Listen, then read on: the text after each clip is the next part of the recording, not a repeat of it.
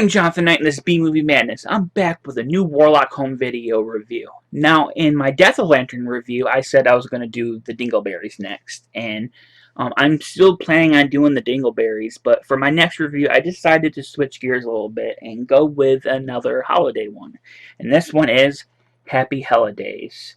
Now, I have seen this once before, a long time ago, and my memory was a little foggy on it, and I'm not sure why, because I just rewatched it today, and it was fantastic. It was a lot of fun. But first of all, let's look at the cover art though. The cover art, yeah, there's fucking glare. The cover art on all these is really freaking good.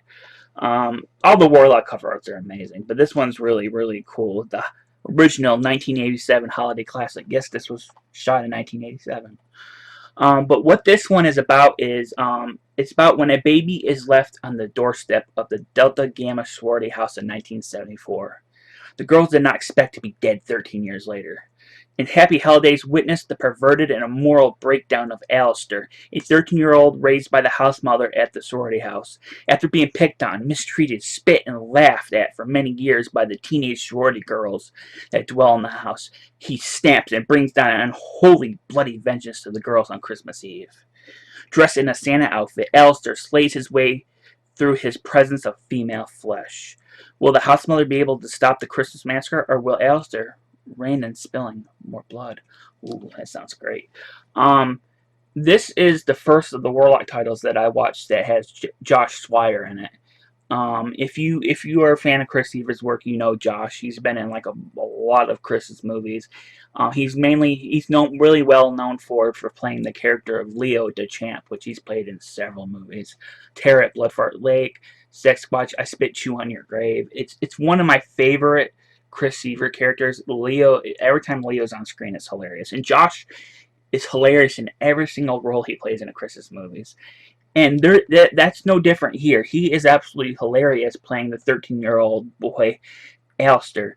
And they make him feel like a kid by, have him walk on his knees to make him look like a little kid. And he wears these Copilot glasses. But the thing about his performance is, although it is hilarious, it's actually legitimately very, very creepy. He is a creepy-ass character. But he's also very funny at the same time, and it works incredibly well together. Everyone else in this movie is someone that Chris has worked with several times. You'll notice, even if you're just watching the Warlock titles, you'll notice actors from all the other Warlocks. There's actresses from Death of Lantern and other titles, but if you're a Chris Evers fan, you'll recognize every single person in this movie. The other recognizable actor for me is Andrew Baltis, who was in DBQ, and he plays the character Skippy in here, who is this Robert De Niro, Steven Seagal mix mash. And he was I think this is the movie he started off in, but that character was also in Sex Watch and the Dingleberries. He might have been in more, but I love the character Skippy. I thought Andrew does such a hilarious job of acting like Robert De Niro mixed with Steven Seagal. Every time, Skippy is one of those characters, much like when Josh plays Leo DeChamp, that every time he's on screen, I'm just laughing. And they use Skippy very well in this movie. He has one particularly memorable sequence towards the end of the movie. But this is a movie where, yeah, the Alistair character gets picked on for the first, like, 2 acts of the movie. And then he's obsessed with Michael Jackson. And he wanted a Michael Jackson action figure for his Christmas present / birthday, because his birthday's on Christmas. And instead, he gets a Santa Claus outfit, and that completely makes him fucking snap. And if you've seen any 80s Christmas horror movie, that usually makes people snap when they get the Santa Claus outfit. And he ends up going hunting down one by one and killing all the sorority girls. And the kills are pretty fun. They're simple to the point, but they're very funny at the same time. There's one sequence which Alistair sings so loud that it causes the girl to, vomit up her own heart. And this is played to Oingo Boingo's No One Lives Forever, so it was just fucking hilarious.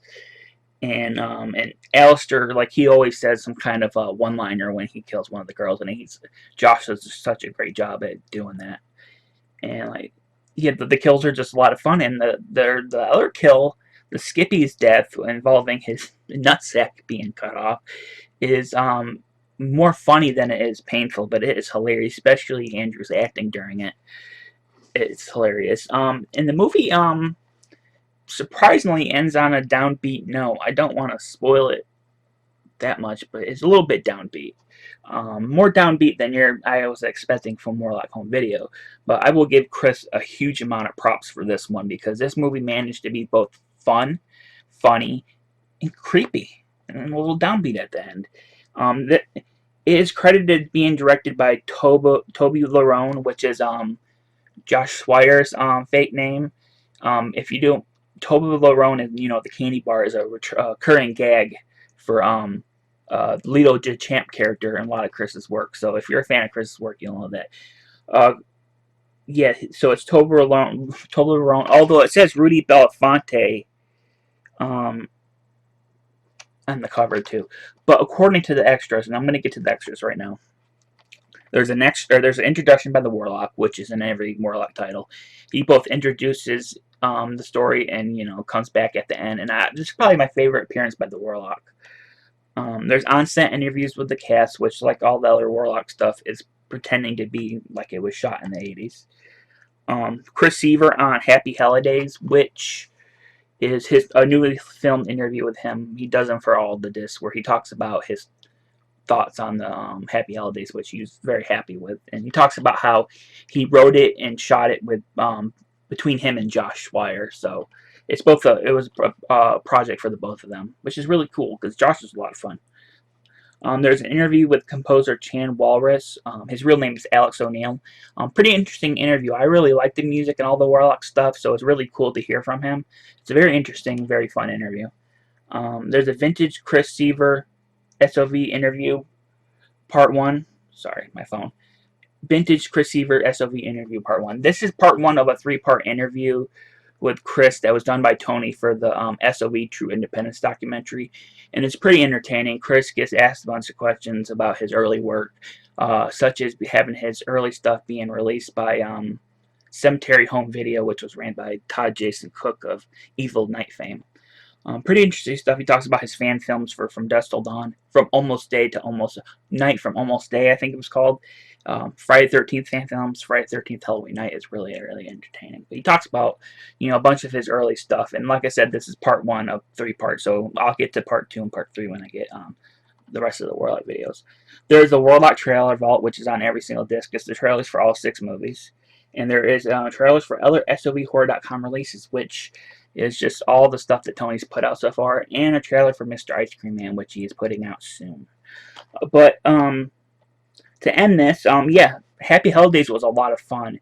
I don't know why I don't remember. I remember watching it, but I don't remember much from it because watching it tonight, I had so much fun watching it. I'm just thinking back then, I just didn't really, I was probably busy doing something, but I'm really glad that I'm rewatching it. It's a lot of fun. Much like all the other Warlock stuff, it is only 47 minutes long, but it's perfect at that. Doesn't overstay its welcome, and it goes perfectly with Death Lantern. You can watch both of those, and you got like a 90-minute movie. But yeah, if you are interested in picking this up, along with all the other SOVHorror.com releases, go to SOVHorror.com. A direct link to the store will be down below. And if you're interested in picking up some merchandise, t-shirts, pillows, coffee cups, posters, I'll have a direct link to that store down below as well. And as usual, if you like my channel, please give me a thumbs up. Click the little bell thing and let me know what is your favorite Christmas horror movie of all time. I would like to know down below. But till then, I'm Jonathan. This has been B Movie Madness. Thanks for watching.